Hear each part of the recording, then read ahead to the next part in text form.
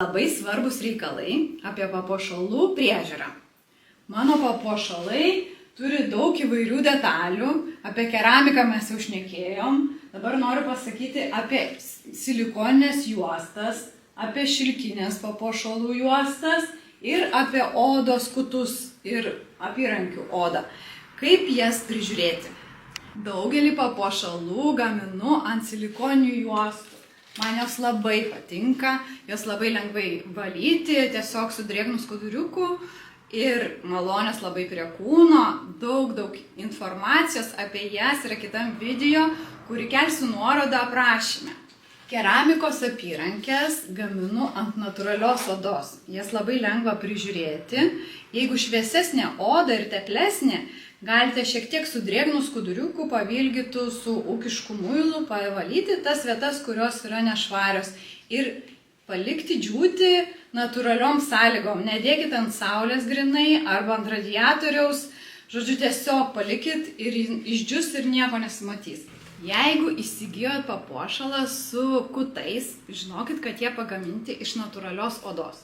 Tiek šitie kaubojiški, kaip pas mane, tiek ilgesni, visus pjaustau rankom pati, dėl to pačias pirmas dienas gali būti šiek tiek trupinukai tokie ant drabužių nuo odos pjovimo linijos.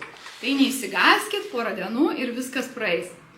Jeigu atsitiko nelaimė ir sugrūdot kur nors į rankinuką ir iš po kelionės išsitraukėt ir jie susiglamžė, darau taip.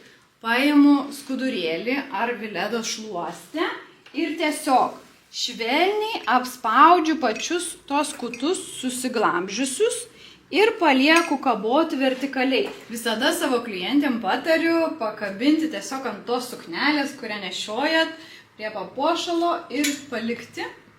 Pati dabar nesenai įsigijau Sinsėjui tokį daiktą, irgi labai patogus, galite įvairius dalykus susikabinti, tiek šalikėlius, tiek mano papuošalus ir palikti spintoj. Nauji vėriniai, žiedai ir per petį vėriniai pagamintis ant šilkinės juostos. Jinai yra užvaškuota, todėl labai lengvai dėvisi ir nesitepa.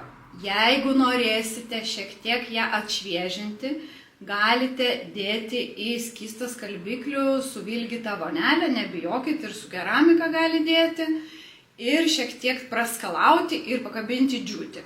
Kitas dalykas, jeigu po ilgo dėvėjimo matot, kad galai šiek tiek atsišerpetojo, tai tiesiog su žiebtuvėliu prideginkit ir viskas. Jeigu turit kokių klausimų ar pastebėjimų, visada laukiu jūsų skambučių ar laiškų. Mano kontaktus rasit po šio video.